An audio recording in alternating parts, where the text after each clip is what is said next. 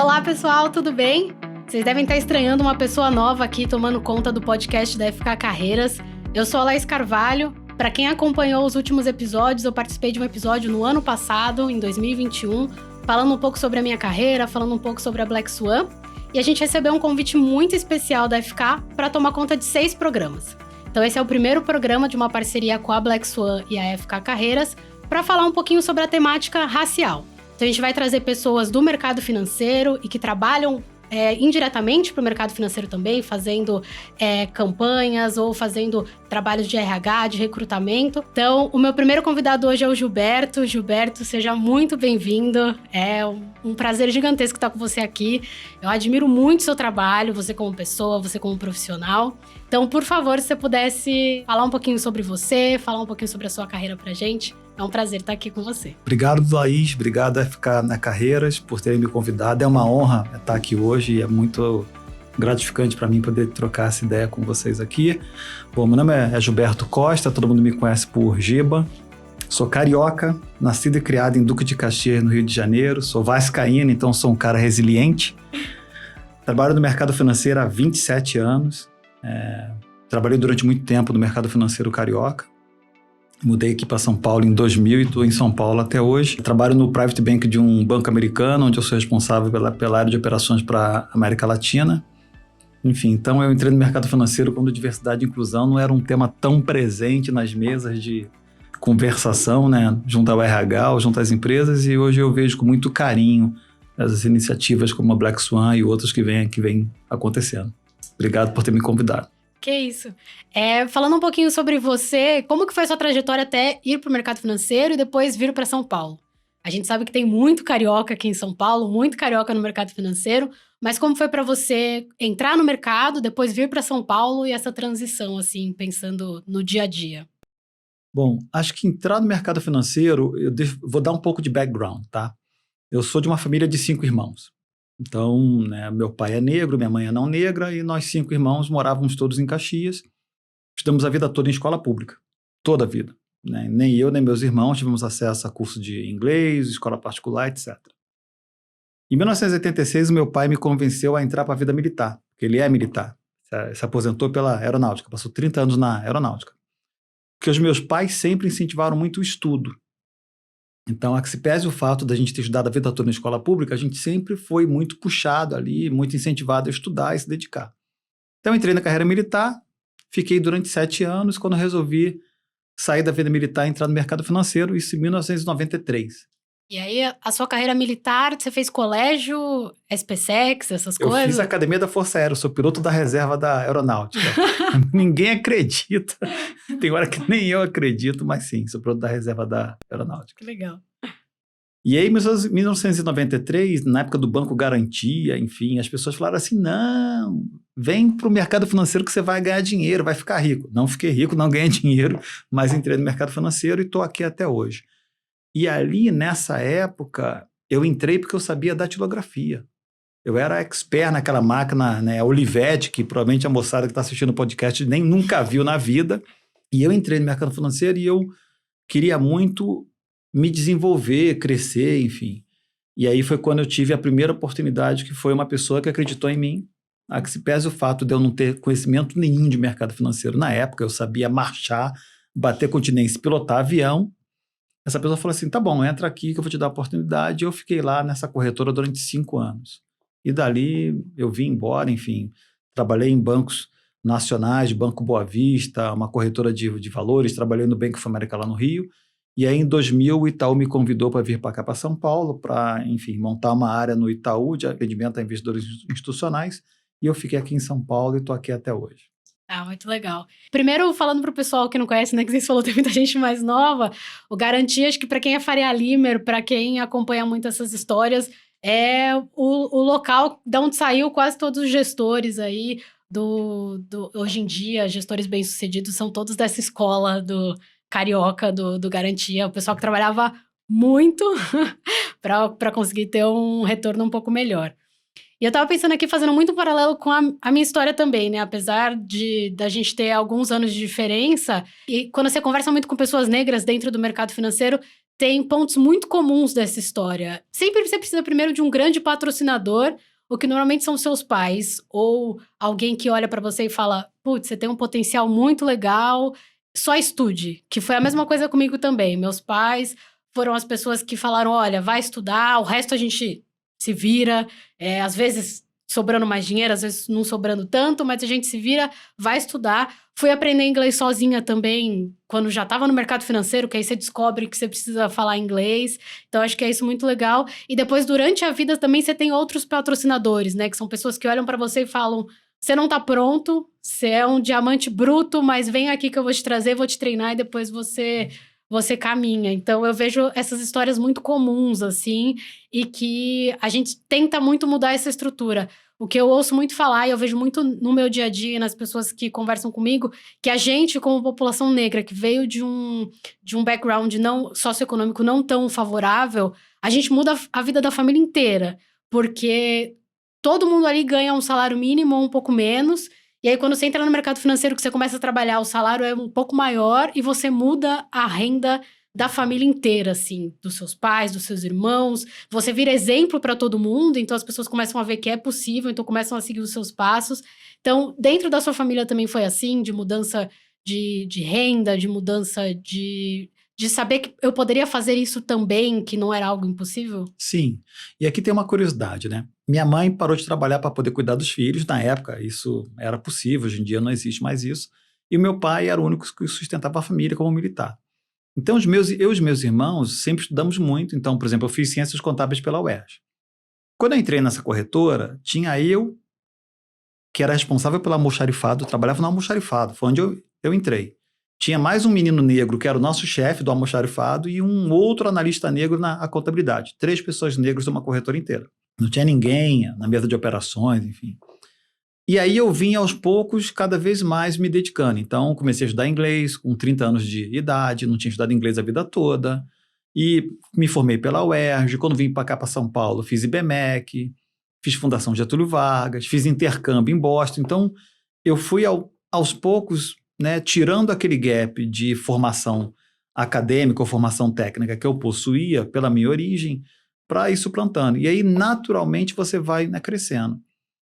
Nessa época, não se falava tanto em ações afirmativas, né? Não se falava tanto em diversidade e inclusão, então era mais uma conversa daquele RH antigo, que fala, né, contratação pelo teu CEP, contratação para saber se a mulher estava grávida ou não, então era um RH diferente do RH que tem hoje em dia. Então, hoje em dia, tem várias outras iniciativas. Então, eu pude perceber o quanto tanto eu e outras gerações mais novas foram evoluindo e mudando a sua vida e a vida da sua família por conta da formação técnica, por conta da dedicação aos estudos, por conta do crescimento dentro da indústria financeira como um todo. E hoje em dia tem várias oportunidades, né? Eu olho para você, por exemplo, que é um talento, uma jovem talentosíssima, eu falo assim, cara, olha que coisa maravilhosa, né? Então isso, hoje em dia, ainda é uma coisa não tão comum, mas é muito mais comum você ver mulheres negras traçando trajetórias como a sua, como de outras mulheres negras no mercado financeiro. Na minha época não tinha. E a gente tem que admitir isso. Tinha um gap gigante. Hoje em dia o gap ainda existe, é muito grande, mas ele aos poucos vem sendo reduzido. E naturalmente você vê esses jovens entrando nas corretoras, né? No famoso condado aqui da Faria Lima, é mais natural você ver jovens negros. Por exemplo, eu trabalho no private. Né? Não tem um número grande de pessoas negras no private bank de um banco, muito menos de bancos não brasileiros. Então, acho que esse cenário ele vai mudando aos poucos. E aí, com certeza, daqui a alguns anos, quando eu estiver aposentado, né, vai estar você lá liderando várias outras pessoas, e inclusive pessoas negras na minha posição. Eu acho que uma das coisas que eu mais luto, e eu sempre vejo as pessoas que falam sobre diversidade comentando isso, é que eu quero ser a última geração da minha família que é a primeira a fazer alguma coisa. Então, eu fui a primeira da minha família a fazer faculdade, mas eu quero ser a última primeira a fazer isso. Eu fui a primeira a conseguir um trabalho que eu ganhava mais do que os meus pais. Eu quero ser a última a ser a primeira disso. Então, acho que essa é a grande força que a gente tem para continuar lutando, para continuar trazendo visibilidade para essas mulheres, para esses homens negros, para a gente deixar de ser a primeira geração a fazer tudo.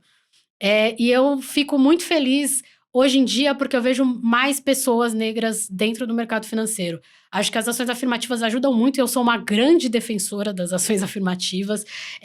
Apesar de, sempre vem aquele discurso, mas eu conheço alguém que é negro e que a família sempre teve muito dinheiro, que essa pessoa não precisaria dessa ação afirmativa e ela vai lá e ela aproveita essa ação afirmativa. E eu sempre enfatizo muito com as pessoas, tá bom, essa pessoa é uma pessoa rica, negra, que não precisava. Mas atrás dela, você tem 99,9% da população negra que não vem desse background. Então, não tem como você colocar por terra todas as ações por causa de uma pessoa, porque sempre tem exceções, né? Então, como é que você vê as ações afirmativas? Você que está no mercado financeiro há bastante tempo, como você viu essa transição, né? Porque antes era uma coisa, eu te contrato porque você é capaz, né? Só olha a capacidade, independente de onde você veio ou não. E hoje em dia é um complemento dessas funções, né? Tanto, claro que a pessoa ela tem que ser capaz, mas tem muito, hoje em dia, uma ideia dessa construção desse novo profissional. Então, como você vê as ações afirmativas e como você vê essa transição que vem acontecendo no mercado até agora? Eu acho a pergunta ótima, porque é o momento exatamente para ter essa discussão, por conta do famoso racismo reverso que está em discussão na pauta aí, na mídia, nos jornais, nas revistas. Primeiro eu vou fazer uma observação sobre o que você falou. Eu, você e vários outros jovens negros e homens e mulheres negros que hoje em dia trabalham nas grandes empresas, no mercado financeiro, ou trabalham em grandes organizações, ou são grandes empreendedores, somos outliers. Não vamos esquecer que nós não representamos a maioria da população negra. Né? É o famoso 56%, né? Que é uma média que todo mundo fala que tem. A gente não representa os 56%. Ainda tem uma gama muito grande de jovens talentos, homens e mulheres, meninos e meninas negros, que nem conseguiu chegar perto de onde nós estamos. Eu costumo falar que a gente perdeu várias pessoas que nem chegaram perto das ações afirmativas. As ações afirmativas são valiosíssimas, mas elas buscam uma turma que já estava se destacando anyway. Já faz um filtro, exatamente, né? Já tem uma galera que nem chegou lá na faculdade. Então, temos que abranger essas pessoas. A ação afirmativa, ela vem desconstruir uma desigualdade. Lembra, igualdade e equidade tem uma diferença. Igualdade é tratar todo mundo igual. E aí você acaba não atendendo às particularidades de cada pessoa. Você querer tratar igualmente um jovem formado numa escola, entre aspas, de primeira linha, e um jovem de uma comunidade carente, quer seja Guaianados, quer seja outra comunidade, que teve que, né, transitar 2 horas e meia só para chegar até a Faria Lima, isso não é equidade. Então a gente tem, através da ação afirmativa, que tirar esse gap. A ação afirmativa, ela vai resolver o problema no médio e longo prazo de forma estratégica? Não vai. Eu tenho uma visão, e talvez seja porque eu vim da escola pública, que resolver o problema racial no Brasil passa por investimento em educação pública. Lembra o Gilberto, que se formou lá em Caxias, na escola pública? Eu me formei. Eu tive uma oportunidade de ter uma família que incentivava o estudo. Eu entrei na UERJ. Eu fiz a academia da Força Aérea. Eu entrei na UERJ. Eu cresci dentro do mercado financeiro. E a turma que nem acabou o ensino médio? E a turma que a gente perdeu para o tráfico, que a gente perdeu para várias outras questões que a gente perdeu porque não tinha, né, uma visão de que poderia ser alguém. Então a gente tem que buscar essa turma. Então eu acho que a ação afirmativa, como você muito bem expôs, ela é algo que hoje em dia ainda é importante para poder desconstruir essa desigualdade e reconstruir. Em algum momento, talvez a ação afirmativa, lá no futuro, ela não seja algo tão necessário, mas agora é fundamental. Porque nós estamos exatamente tirando o gap. E aí, quando o ser humano me pergunta, mas você não acha que tem racismo reverso? Eu falo assim, vamos falar de estatística? Vamos falar de número? Bota número na mesa, gente, é fato e dado, não tem conversa apaixonada. A gente discute número e com base no número você me fala se a ação afirmativa é necessária ou não. E aí, certamente, a gente vai estar indo para o mesmo lugar, porque o número hoje em dia, a diferença ainda é gigante. Principalmente para as mulheres negras, que é um absurdo. Eu sempre gosto muito de falar com o pessoal que a gente tem que voltar para a palavra mesmo, né? Racismo, o ismo é um sistema baseado em alguma coisa. Capitalismo baseado no capital, socialismo baseado no social e o racismo baseado em raça. Então, para você ter um racismo, você tem que ter uma sociedade que foi baseada no tratamento diferente entre raças. E a gente sabe que o branco foi privilegiado durante toda a formação da sociedade moderna. Então, para você ter racismo reverso, você teria que comprovar para a gente historicamente que existe um grupo socioeconômico ou uma civilização em que o branco foi deixado de lado a favor do negro. Isso não acontece. Então, isso acho que para mim já é a primeira coisa que você falar como existe racismo reverso, não existe.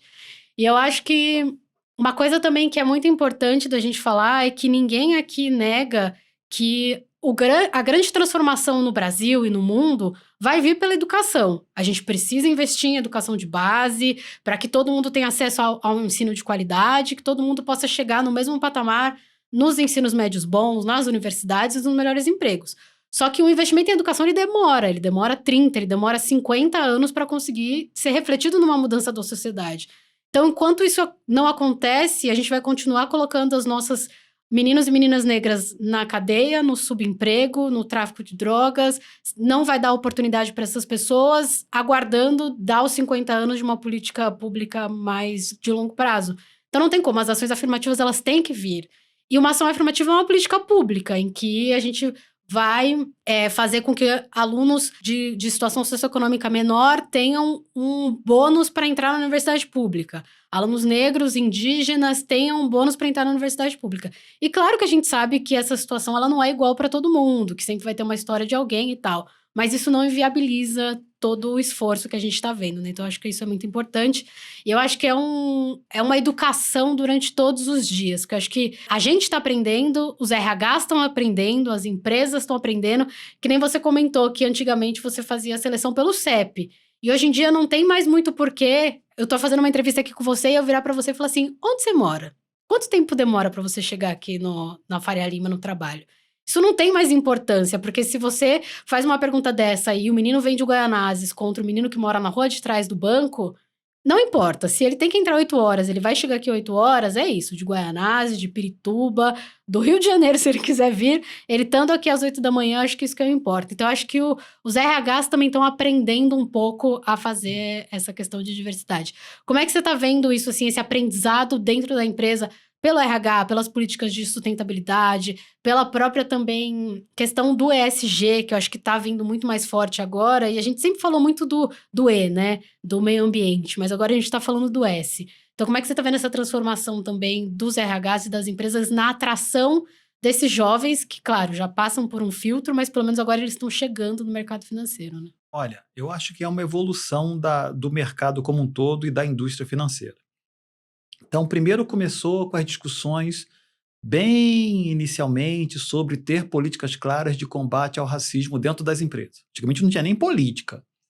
Vou ser transparente aqui com todo mundo que está nesse podcast. Eu passei por situações, quando entrei no mercado financeiro, de enfrentar piadas racistas, de passar por piadas, de ver pessoas fazendo piadas homofóbicas, machistas e sexistas. Nessa época não se tinha políticas claras, código de ética, código de conduta que combatesse esse tipo de situação. Hoje em dia é impensável, dentro do mercado financeiro, você ver uma situação de racismo explícito em que a empresa não tenha políticas claras de combate a isso. Então evoluiu. Viemos depois com os programas de ação afirmativa. Bem assim, jovem aprendiz. Sabe jovem aprendiz? Vamos contratar jovens aprendizes negros. Aí depois, vamos contratar agora estagiários negros. Aí veio o Magalu e pau! Vamos contratar trainee negro. Aí todo mundo, meu Deus, isso pode ou isso não pode? Pode. Tanto que o Magalu fez e várias outras organizações fizeram, tanto nas empresas, nas indústrias, quanto no mercado financeiro. E aí todo mundo agora entendeu, peraí, eu já posso ter programas que tenham percentuais ou que sejam específicos para jovens negros, tanto no nível de trainee, estagiário, enfim. Isso foi uma evolução. E aí, o básico, que é o fundamento, que é a política, já existe. A indústria financeira se organizou. Então, a FEBRABAN vem fazendo um trabalho maravilhoso há anos de inclusão racial, em parceria com a Ambima, com o Ministério Público do Trabalho. Você vê a Ambima se mobilizando com as assets para poder trabalhar a inclusão de pessoas negras no mundo dos bancos de atacado, dos bancos de investimento. E você vê agora a B3 puxando também essa agenda junto às empresas. Então, evoluiu e aí consolidou as ações afirmativas. Aonde que a nossa sociedade vai dar um salto agora? No ESG. que é exatamente pegando o apoio dos investidores institucionais, pegando o apoio dos acionistas, pegando o apoio das empresas para o investimento mais amplo. A gente achar que terceirizar para o braço de filantropia das organizações, para terceirizar para o RH e para terceirizar para a equipe de sustentabilidade vai resolver um problema com esse gap, não vai, gente. Não tem orçamento para isso. O orçamento vai vir dos investidores institucionais. O orçamento vai vir dos acionistas, vai vir das empresas. E com esse apoio, o CEO consegue mudar essa agenda. Então, o ESG vai levar a nossa sociedade a fazer um salto de patamar, que é, vamos sair só das ações afirmativas, porque elas resolvem o problema no curto prazo para os outliers, e vamos agora investir no médio e longo prazo, que aí é um investimento de 13 milhões de reais em 5 anos. Eu vou ser um pouco mais pragmático. Para mudar essa questão, demora 1 década. Você vai começar a ver o efeito em 1 década. Para que tenha mais Gilberto e mais Laís no mercado financeiro, a gente vai passar pelo investimento em educação. É um investimento de 13 milhões em 5 anos que vai mudar essa geração daqui a 1 década. O que eu olho de bom para isso é, hoje em dia, você vê muito mais empresas falando sobre a questão ESG racial. Você vê essa discussão sendo puxada. Começou muito lá fora, no mercado americano, BlackRock e outros grandes investidores, JP Morgan, Goldman Sachs, questionando as empresas, ótimo que você tenha investido na questão ambiental, mas me fala um pouquinho sobre o que você está fazendo na questão social, vinculado a gênero e raça. E agora essa onda veio aqui no mercado financeiro e você vê cada vez mais organizações, instituições, né, tanto do mercado financeiro quanto da indústria como um todo, trabalhando o tema ESG racial, ou seja, incluindo métricas da parte ESG vinculadas à parte raça, à parte inclusão racial. Você vai ver movimentos como Mover, você vai ver movimentos como o da FEBRABAN, Ambima, B3, você vê o Pacto de Promoção da Equidade Racial, você vê várias organizações se juntando para poder mover essa agenda na próxima década. E o que eu acho que o mercado de trabalho como um todo, acho que não só o financeiro, começou a perceber que a mudança ela precisa vir de cima para baixo, né? Porque quando você vai conversar com as empresas, você até via algumas empresas que falavam assim, não, mas a gente tem grupos de afinidade aqui já. Já tem grupo de afinidade para raça, para gênero, não sei o quê. E isso funciona, e isso é diversidade. E não, assim, é um pilar de toda uma proposta que você faz de diversidade, mas diversidade é como qualquer outra iniciativa dessa empresa. Se de um ano para o outro chega alguém lá, o CEO da empresa vira e fala assim, olha, precisamos aqui reduzir em 10% todos os custos da empresa por causa de uma diretriz X. Isso é passado para todas as áreas, para todo mundo, e a hora que chega no final do ano, todo mundo tem que ir lá e falar, putz, consegui os 10%, eu não consegui, e responde por isso. E as empresas acho que estão começando a perceber que diversidade é a mesma coisa. Você precisa ter uma diretriz que venha de cima para baixo e que seja passada para todo mundo, claro, com educação, fazendo com que as pessoas também comecem a entender o que é viés inconsciente, o que é racismo estrutural, enfim, mas que seja uma política da empresa efetiva e que tenha cobrança e que tenha resultado e que tenha métrica, porque só o grupo de afinidade ali se reunindo todo mês e levando ideias e as ideias sendo descartadas, isso não tem uma mudança muito grande. E eu acho que o que é muito comum também, como você comentou, que a gente, só a empresa estrangeira faz isso e agora que as brasileiras estão começando, mas é porque teve um movimento muito forte lá fora, do Black Lives Matter, do George Floyd, que as empresas tiveram que começar efetivamente a fazer alguma coisa e aí isso vem caminhando aqui pro Brasil. E aí, como você comentou do pacto, queria que você contasse um pouco como você entrou um pouco nisso, né? Que eu acho que tem essa coisa de que a gente sabe que a gente é negro dentro do mercado financeiro, que somos muito poucos, já sofremos algum tipo de racismo, no meu caso, machismo, já ouvi piadas, enfim, das piores possíveis. E chega um momento que você percebe que se a mudança não está sendo feita, eu vou tomar essa iniciativa, vou começar a fazer.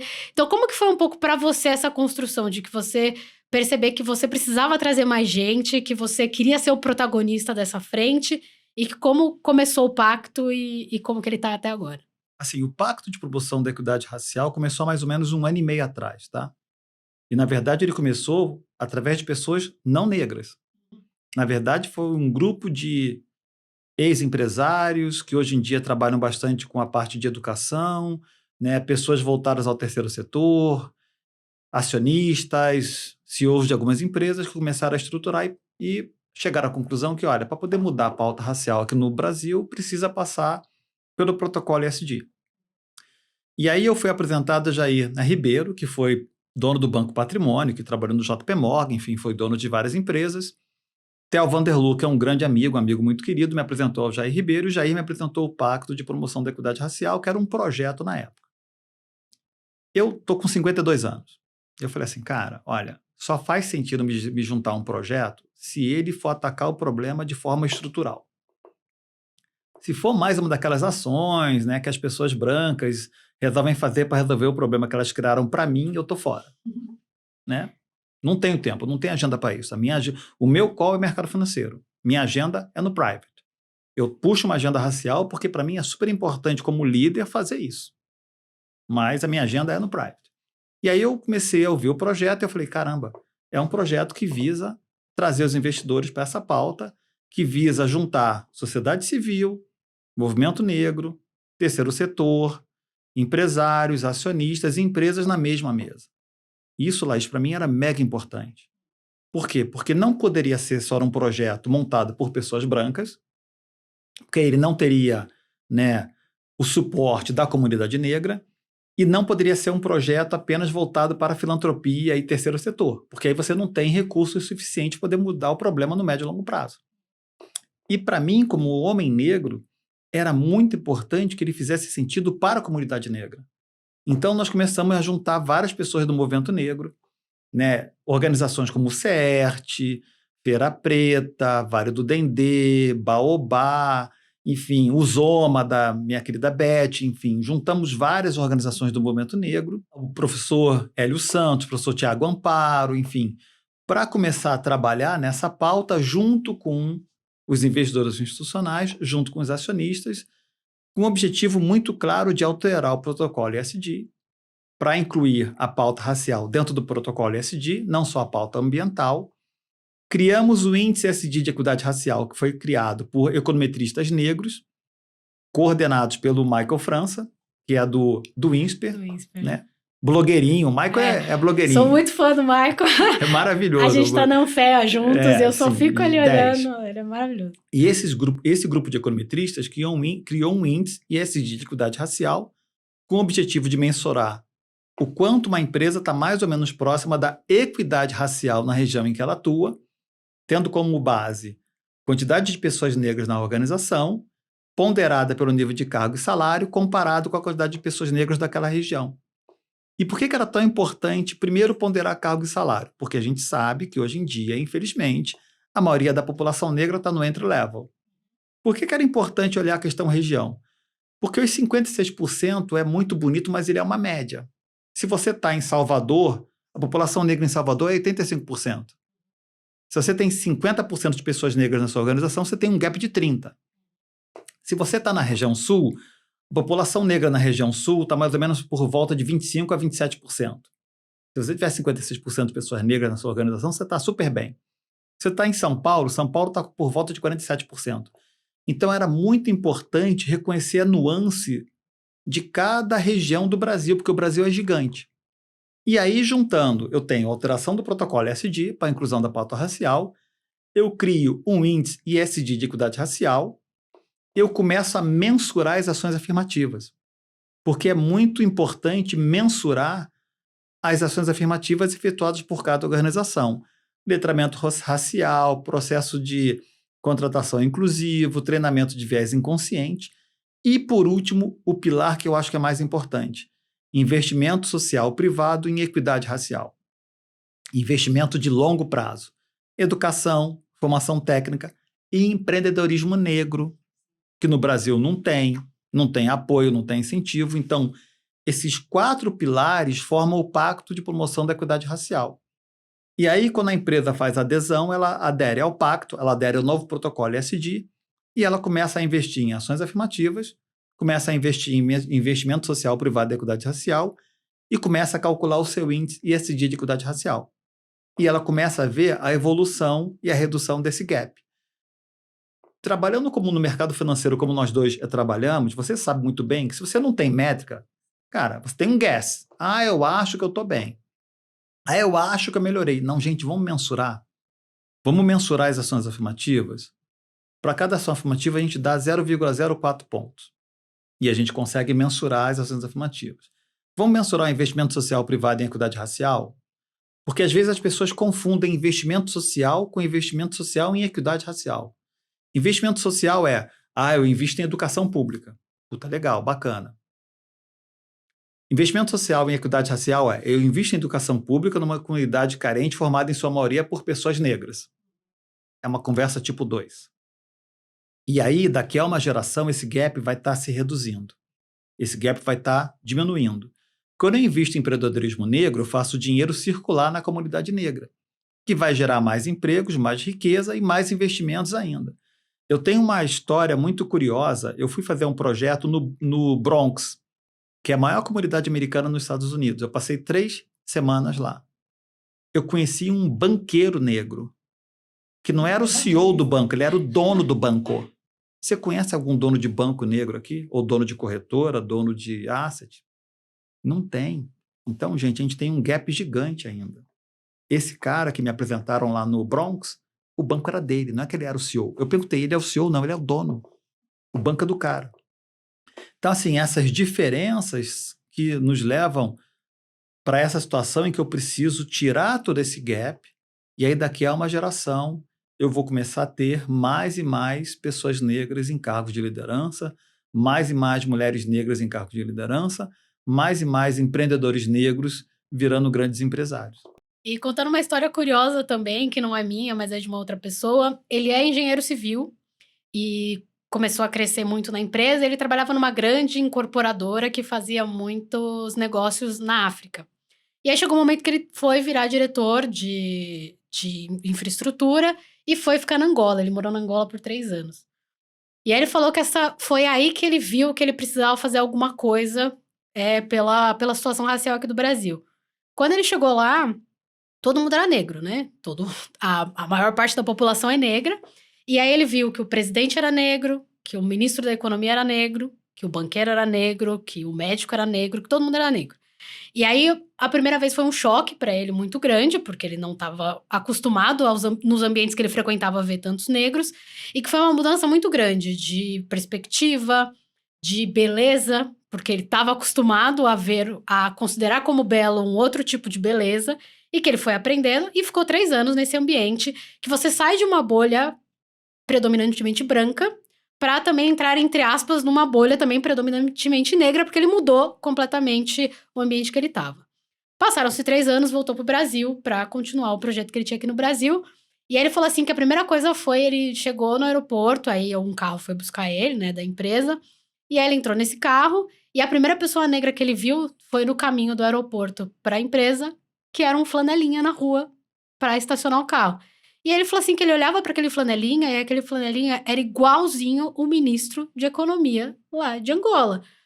Mesma altura, mesmo corpo, mesmo fenótipo, só que o cara era um flanelinha. E ele falou assim, putz, tava numa bolha branca, fui para uma bolha negra, e agora eu voltei e vi que a situação aqui no Brasil é péssima de novo. Então eu preciso fazer alguma coisa. Foi quando ele começou a tentar mudar um pouco os ambientes que ele tava, e corporativamente também mudar um pouco. Pra você, como é que foi, assim? Porque eu fico pensando muito também um pouco na minha situação, porque, enfim, a gente sabe como que é o preconceito dentro do mercado financeiro, do mercado de trabalho como um todo, mas você tomar também essa decisão de virar o rosto de alguma coisa, né? De ser... quem fala de pacto, fala de Giba. Quem fala de Black Swan, fala de Laís, fala de Renata. E tem todas as questões das nossas próprias questões pessoais também, do tipo, a minha história eu sou outlier, eu não nasci na favela, não tive que trabalhar quando eu era criança, então como que eu posso falar da dor do negro, sendo que talvez eu não tenha sofrido tudo que a população negra já sofreu? Então, como é que foi pra você, assim, aceitar o convite e continuar sendo, né, um dos rostos do pacto? Olha, acho que foi um momento de bastante reflexão, até por conta do que você falou, sabe? De ter certeza que eu estaria representando as pessoas ali. E aí, quando me deram a missão de ser diretor executivo do Pacto, o que eu tenho muito na minha visão é, primeiro, eu preciso olhar muito a questão da mulher negra, né? Então, as pessoas falam assim, tem um gap racial. O gap racial com relação ao homem negro já evoluiu bastante, né? Então, hoje em dia, você tem Maurício na Baia, Edivaldo Vieira na Amil, Eduardo na Education First. Você tem várias pessoas negras, homens negros, em cargos de liderança nas organizações, inclusive como CEO. Né? Hoje você ainda tem poucas mulheres negras em cargos de CEO nas organizações. Ok. Outra questão que para mim foi muito importante precisava ser uma questão conciliatória. E eu preciso falar a linguagem dos investidores. Então eu preciso aproveitar a vantagem competitiva de trabalhar no mercado financeiro para falar a linguagem dos investidores. Eu não posso parecer para esses investidores um ongueiro. Você vem do terceiro setor. Não, não venho. Aqui eu vou falar de fato e dado e de número e de investimento, né? Resolver a questão racial não passa só por like lá no LinkedIn. Passa por botar dinheiro na mesa. Se você não vai botar dinheiro na mesa, você não quer resolver a questão racial. Então, eu preciso que essas pessoas entendam isso e me ajudem a mover essa pauta. E, obviamente, vai ter sempre a questão de você procurar se juntar às pessoas que te ajudem a olhar situações que você não passou. Então, por exemplo, eu sou um cara muito afortunado. Eu tenho várias amigas, mulheres negras maravilhosas, magníficas, que têm me ajudado nessa trajetória. Vocês são um exemplo. Adriana Barbosa, Selma Moreira, Rachel Maia, a própria Beth, e assim vai, mulheres negras que têm me ajudado muito, né? E com quem eu tenho contato, que me ajudam, inclusive, a olhar o que eu posso fazer melhor. E homens negros que, eventualmente, tiveram trajetórias diferentes da minha. Então, eu passei por essa situação de nascer numa comunidade carente no Rio de Janeiro. Eu tenho pessoas que têm outras histórias que me ajudam bastante. Hoje em dia, eu atuo junto a várias organizações do movimento negro. Então, eu sou conselheiro, e do movimento não negro. Olha que curioso. Eu sou conselheiro do Baobá, sou conselheiro da Vale do Edendê, da Brasil Foundation, do DIF, diretor do Pacto. Então, eu tenho uma agenda voltada à diversidade e inclusão, junto com a minha agenda no mercado de private bank, no mercado financeiro. Então, acho que com isso, eu procuro ao máximo tentar representar a minha população, tentar representar o nosso povo, tentar representar as pessoas que precisam desse apoio, porque não é simples. Você sabe que não é simples, né? A gente chegou aqui, a gente teve uma oportunidade de pessoas que nos apoiem. Eu sempre falo isso quando eu participo de reuniões, né, de conversas como essa, de bate-papo. Eu nunca tive um mentor negro, olha que coisa curiosa. Todos os meus mentores e mentoras, homens e mulheres não negros, que me apoiaram no meu crescimento profissional. Hoje em dia a gente vê projetos como o Black Swan que ajudam horrores essas pessoas a navegarem no mercado, nas empresas. Então, acho que isso aí mostra uma evolução com relação a esse tema. E aumentou a sua blacklist nesse momento? E aí, falando muito que a gente tenta usar o blacklist de uma maneira diferente. Então, aumentou os seus contatos negros, as pessoas negras que você conhece? Você começou a achar mais outras pessoas parecidas com você depois que você começou a ir para essa frente? Aumentou muito. E isso tem sido maravilhoso. E, principalmente, aumentou com jovens talentos. Assim, essa juventude que vem brilhando, sabe? Meninos e meninas negros como você e como outros que vêm fazendo história, isso para mim é maravilhoso. Laís, não tem valor agregado maior que eu possa dar do que formar novos líderes, meninos e meninas negras. Aquele meu conhecimento de máquina Olivetti, que a turma não sabe nem o que é, não vai ajudar em nada agora. A moçada fala de Python, fala de outras linguagens, de linguagem de automação. A moçada não fala mais de máquina Olivetti. Então, o que eu posso agregar para essas pessoas é passar para elas a minha experiência. Eu faço mentoria com 5 jovens negros, sendo desses 5, 3 mulheres negras, 3 meninas negras que querem crescer nas suas organizações, querem virar CEO. Sabe, esse é o maior valor agregado que eu posso dar. Não é o meu conhecimento técnico, não é falar inglês, não é ter feito IBMEC, isso não vai ajudar em nada, porque a moçada já está falando outras linguagens. E uma coisa que para mim é muito bacana é ver hoje os jovens cobrando as organizações. Eu acho brilhante quando você vê um jovem menino e menina negro chegando na organização e falando, tá bom, bacana, gostei da remuneração, gostei da proposta, o que você faz de diversidade e inclusão? E aí a pessoa, né? O meu amigo, não fica de pé. Os jovens já escolhem onde eles querem trabalhar. Ótimo, graças a Deus, porque isso faz com que as organizações parem de ficar com o discurso de LinkedIn e comecem a mostrar na prática o que elas estão fazendo. Que os jovens cobram, e cobram Muito, muito. muito.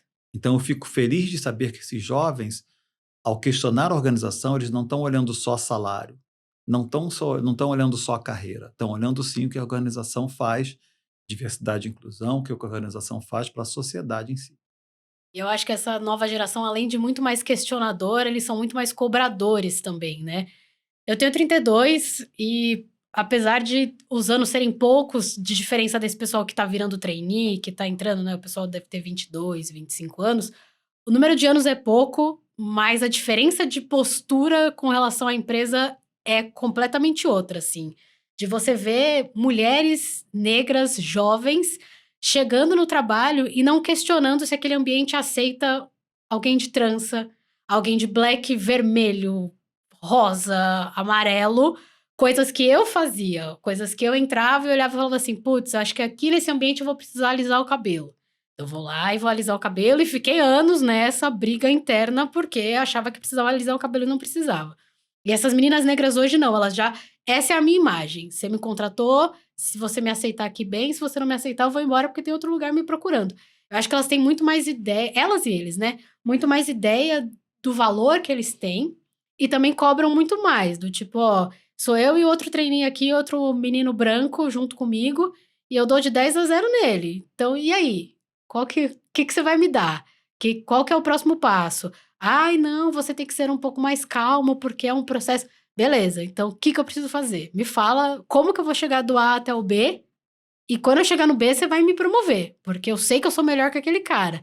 Coisas que eu não fazia nunca, assim. Você tinha uma gratidão muito grande, porque você achava que se você estava naquele lugar era porque o mundo tinha conspirado para fazer com que você chegava ali. Nunca era porque você era bom, era porque, enfim, alguém ficou com dó, alguém viu um negócio.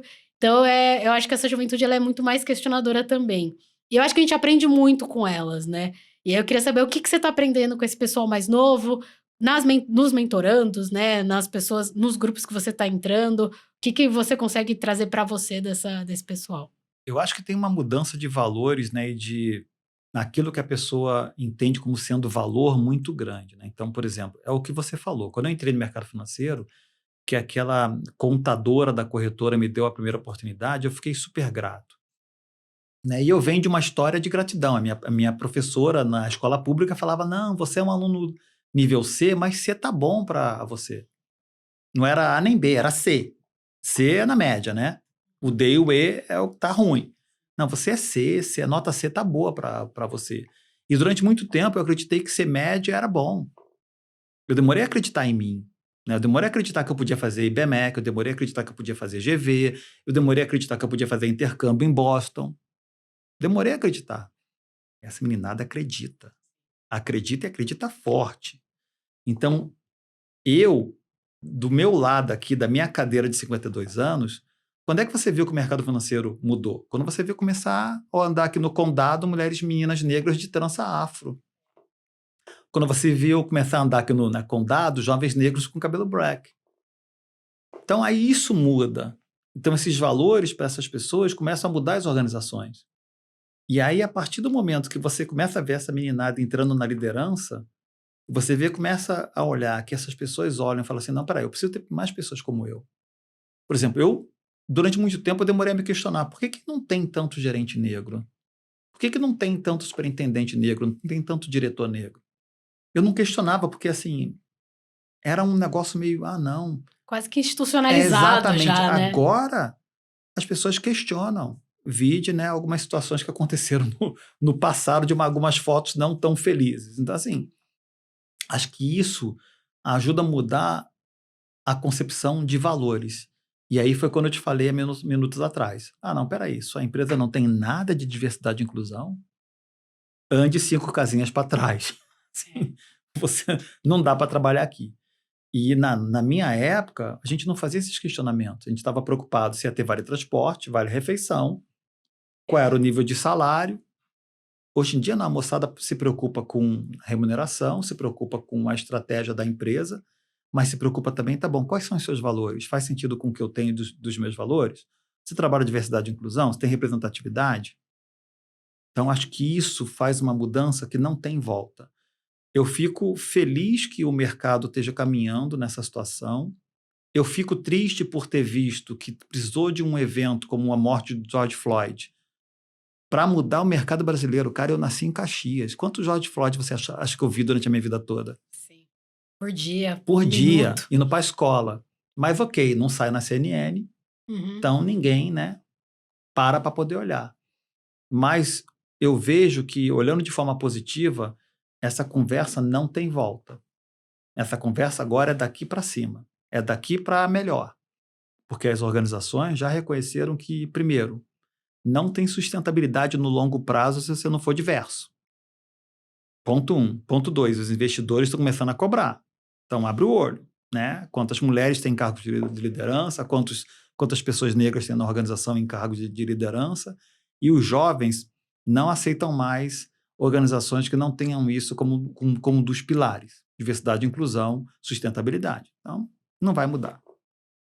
E entre o pessoal de 20 anos e de 50 anos ali que você já conversou, você sente que tem algumas pessoas que têm um certo receio também de aceitar uma vaga de uma ação afirmativa, enfim, por achar que ela está sendo contratada só porque ela é uma pessoa negra? E aí eu te pergunto porque dentro do Black Swan já me deparei com essa pergunta. Ah, não sei se eu vou me candidatar para a vaga tal do banco tal, que é uma ação afirmativa para mulheres negras, porque eu vou sentir que eles só me deram a vaga porque eu sou mulher negra, e não porque eu tenho um currículo bom, uma capacidade boa. Você sente que ainda tem um pouco isso dentro da população negra, dessas pessoas, né? Desses jovens que são mais afirmativos até a sua geração, assim, que é esse meio que eu acho que está aprendendo a viver na mudança. Você acha que ainda tem um pouco esse sentimento? Olha, o que eu tenho percebido, tá? E a sua pergunta é super interessante. Ainda tem um pouco de resistência da comunidade negra em acreditar que as organizações estão fazendo essas ações de uma forma legítima. Então, não é só para ter um número. Então, eu não vou contratar pessoas jovens negros só para ter um número e mostrar lá no LinkedIn que eu tenho uma quantidade de pessoas. Eu quero realmente apoiar o crescimento dessas pessoas. Eu quero realmente apoiar de forma legítima o crescimento das mulheres. Eu quero apoiar de forma legítima o crescimento da população negra. Então, eu tenho visto ainda dentro das pessoas do movimento negro, as pessoas mais da minha idade, 50 anos, etc. e tal, um ceticismo em acreditar que essa pauta vai mudar de forma estratégica. Com relação à juventude, o que eu tenho percebido é uma cobrança para que a ação seja realmente legítima. Então, nós tivemos aí algumas situações não tão boas ano passado, ano retrasado, que aí, hoje em dia os jovens cobram, tá bom, me fala como é que tá agora. Me fala se realmente... Porque, Laís, assim, ó, eu sou uma pessoa bastante prática. A empresa me falar que ela contratou 20 estagiários negros é importante? Eu vou perguntar para ela. Pergunta número 1, quantos você efetivou? Pergunta número 2, quantos você, né, promoveu?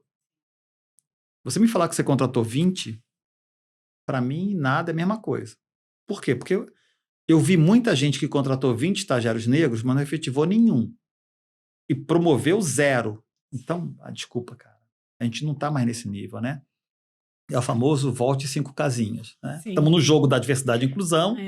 Você contratou estagiários, portanto, andou 2 casas. Só que aí você não efetivou ninguém, nem promoveu ninguém, volta 5. Né? Então, assim, então essas questões, elas hoje em dia ainda têm muita discussão. Então, ainda vai ser natural que tanto você quanto eu, nós tenhamos pessoas do nosso convívio, pessoas negras, homens e mulheres, que são céticos com relação a se candidatar a vagas voltadas para a população negra, porque tem resistência, se a empresa realmente está fazendo de forma legítima, etc. Idem para a questão de gênero. Você vai ter ainda mulheres que têm, assim, cara, tem certeza que aquela empresa está valorizando as mulheres ou ela quer ter um número? Então, a gente tem ainda essa situação que vai levar um tempo para que as pessoas olhem e percebam, através de resultado, o quanto as organizações querem fazer realmente de forma efetiva. Eu acho que a pergunta também que eu sempre faço quando alguém vem me falar, a minha empresa é super diversa, a gente tem 47% aqui de pessoas de mulheres, 53% de homem e, sei lá, 35% de pessoas negras. Tá bom, agora separa para mim por cargo. Eu quero ver por cargo. Quantos gerentes, quantas pessoas em cargos de liderança você tem? E 3%. E no seu mapeamento de talentos, quantos desses futuros talentos da companhia são pessoas negras? Muito pouco. Então, acho que tem também essa educação, e eu acho que a gente vai aprendendo a tomar um pouco isso, né? E o que eu sempre falo muito para as mulheres que vêm com esse questionamento é que não tem como você ser contratada se você não demonstrar ali ou que você quer muito essa vaga ou que seu currículo é bom. Porque ninguém está fazendo caridade. O mercado financeiro, o mercado de trabalho, não vai abrir um programa com uma ação afirmativa e vai contratar alguém que não vai conseguir fazer aquele trabalho. Então, eu sempre fico falando um pouco isso para as pessoas, de que se você foi escolhida, você é muito boa. E às vezes você não acredita em você mesmo, a empresa acredita super, e isso vai ser uma construção. Por isso que eu queria comentar um pouco com você, como que você vê essa questão também da saúde mental dentro da população negra. Que eu acho que é algo que a gente não conversa, que a gente talvez tenha demorado um pouco para perceber, e que seja também um pouco dessa falta de acreditar em si mesmo, não vou me candidatar a tal vaga porque acho que eu não vou conseguir. E como é que você está vendo esse tratamento dentro das empresas, mesmo via pactos? Você acha que tem uma preocupação um pouco da empresa, tanto de trazer essas pessoas negras, quanto de desenvolver essas pessoas intelectualmente, na parte de saúde mental, para que elas fiquem e que elas cheguem a ser CEO, diretor dessa empresa? Olha, no início, isso não era uma preocupação tão forte. Então, o que as empresas perceberam? Você fazia programas de ação afirmativa, de contratação de estagiários ou de trainees, whatever, só que esses jovens chegavam de uma realidade totalmente diferente da realidade de quem estava ali dentro, principalmente no ambiente que a gente trabalha, de mercado financeiro, que você tem uma diversidade menor, e essas pessoas não tinham a preparação emocional, socioemocional, para se manter ali. Você pega um jovem de uma idade carente, quer seja Guaianazes, Espirituba, e bota na Faria Lima, onde um almoço pode custar R$60, e esse jovem divide o ticket dele para a família inteira, porque o ticket não é do jovem, é da família inteira. Ou você bota esse jovem que, para vir na Faria Lima, demora 2 horas e meia cada trecho, e bota sentado do lado de jovens que já foram para Disney 5 vezes. Se você não trabalhar o lado socioemocional dessa pessoa, ela não vai acreditar que ela pode estar ali. Então, as empresas levaram um tempo para perceber que era importante não só fazer a ação, mas como trabalhar a parte socioemocional, através de programas de mentoria, de coach, através de parcerias com a RH para dar suporte socioemocional, para falar sobre a família. Eu nunca vou esquecer uma passagem da minha vida profissional aqui em São Paulo, que foi quando uma jovem, adolescente aprendiz, me chamou para uma reunião numa sala e falou assim, tô indo embora do banco. Eu falei, pô, como é que você está indo embora do banco, né? Mas por que você está indo embora? Minha mãe falou que vocês não vão efetivar. Vocês não vão me efetivar. Minha mãe falou para eu ir trabalhar com ela na feira, que a gente vai ganhar muito mais. Vocês vão me efetivar? Olha esse banco aqui. Eu ia falar o que para ela? Sua mãe está mentindo? Eu ia falar, não, sua mãe é mentirosa. Então, assim, essas pessoas ainda demoram a acreditar que elas têm um lugar, que elas pertencem a esse lugar, que elas podem pertencer a esse lugar. Então, hoje é muito importante que as empresas, além de trabalhar a inclusão dessas pessoas, né, trazer essas pessoas para as organizações, trabalhem também a parte socioemocional, para que você não seja um seu sabotador. Porque é complicado. Imagina o meu caso, cara. Saindo lá de Caxias, lá em Gramacho, lá perto de Vigário Geral, aí chego aqui no Condado para trabalhar num banco americano. Não é simples. Então, precisa realmente ter um arcabouço socioemocional muito, muito forte para que você não se auto-sabote. Mas hoje, eu acho que as organizações estão olhando isso com mais carinho, até porque elas sabem que a diferença é muito grande às vezes. Então, o gap precisa ser retirado, e para retirar esse gap tem que ter um acompanhamento. Então, programas de mentoria, programas de shadow, né, programas de buddy, tem vários nomes que você pode utilizar, que tem como objetivo acompanhar esses talentos negros nas organizações, meninos e meninas, para garantir que eles vão continuar crescendo. E, obviamente, Hoje em dia eu tenho a oportunidade de ter vários mentores negros. Eu acho ótimo esses projetos. Para mim, assim, eu sou da época do pager, né? Que não tinha WhatsApp, era pager. Mas hoje em dia a conexão das redes sociais facilitou muito essa comunicação, sabe, com as pessoas, com outros líderes que você se espelha, que você pode pegar 15 minutos de café virtual, meia hora de café virtual, que vão te ajudar no seu crescimento profissional. E a facilidade de você conhecer essas pessoas, de novos coletivos, de novas ideias, eu acho que é muito, muito interessante também. Uma dúvida que eu tenho com relação ao pacto é. Eu sei que vocês têm muitas parcerias, que nem você comentou com a Alzoma, da Beth, mas com outras parcerias também. Como é que funciona se a empresa ela fez o pacto com vocês, começou o acompanhamento, o primeiro ano ela recebeu uma nota ali 6, vamos supor, e aí de um ano para o outro ela caiu do 6 para o 5.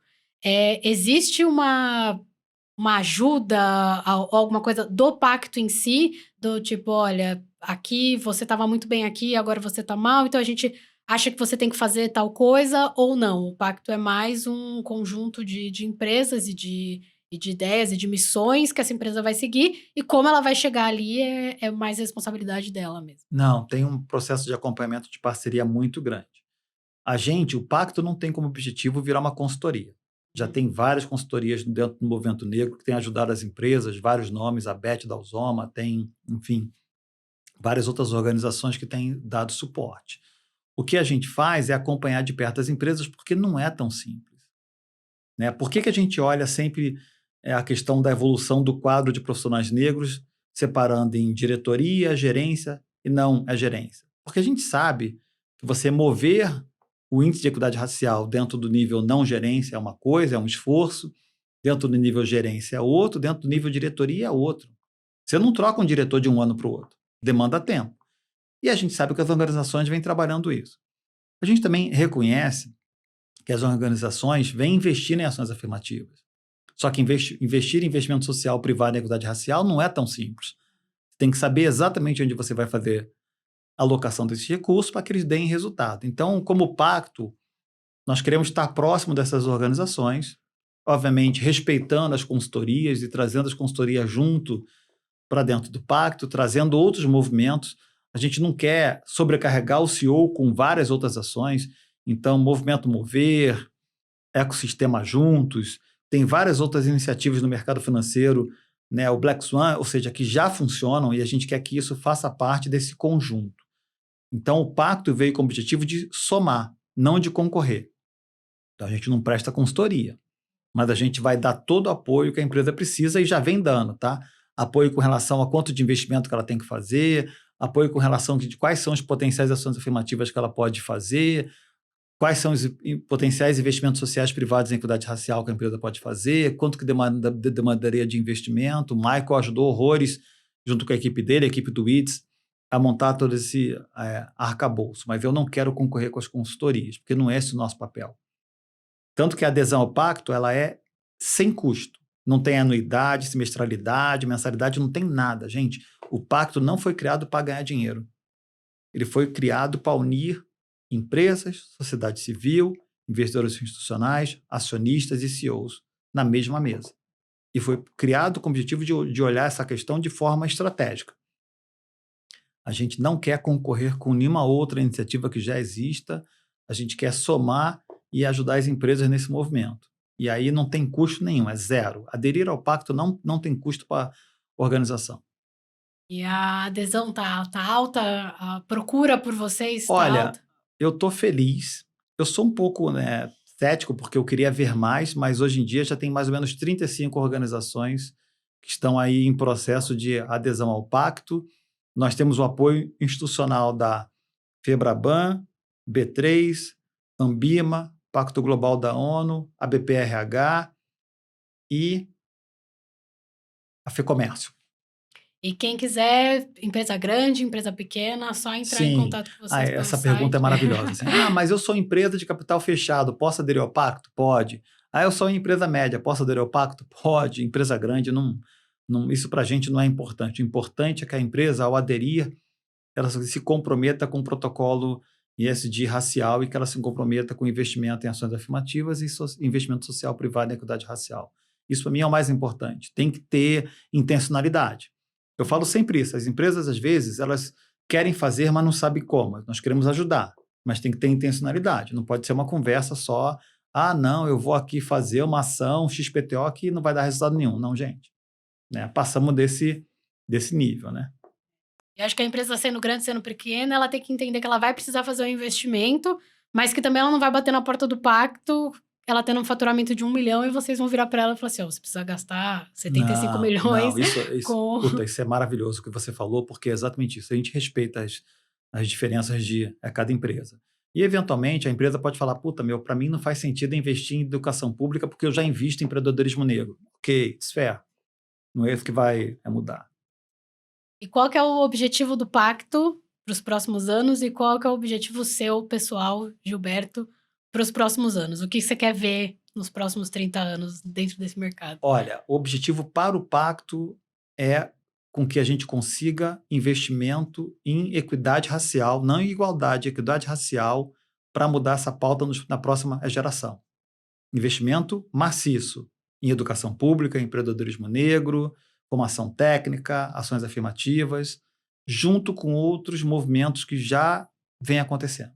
Então, para mim, é muito bom ver que as empresas elas estão aderindo ao pacto, estão acreditando nesse movimento e, principalmente, perceberam que, ao alterar o protocolo ESG, eu consigo o apoio dos investidores. O que é importantíssimo, né? Eu sei o quanto é difícil a vida dos CEOs, o quanto é difícil você discutir estratégia de investimento de médio e longo prazo se você não tiver o apoio dos investidores, dos acionistas.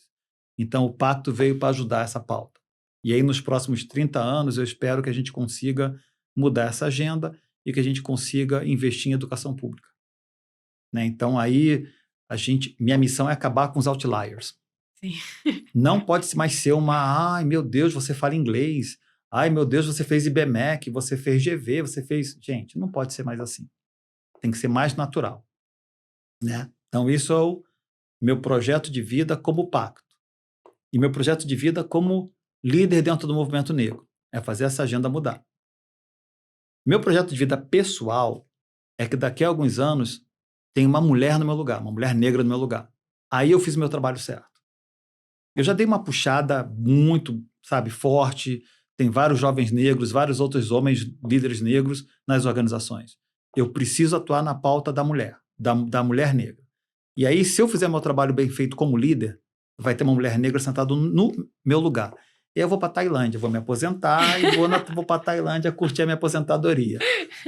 Não, maravilhoso, porque o futuro, ele é feminino e ele é negro, é isso. E, quiçá, ele é feminino, negro e trans, que eu diria mais que é esse futuro.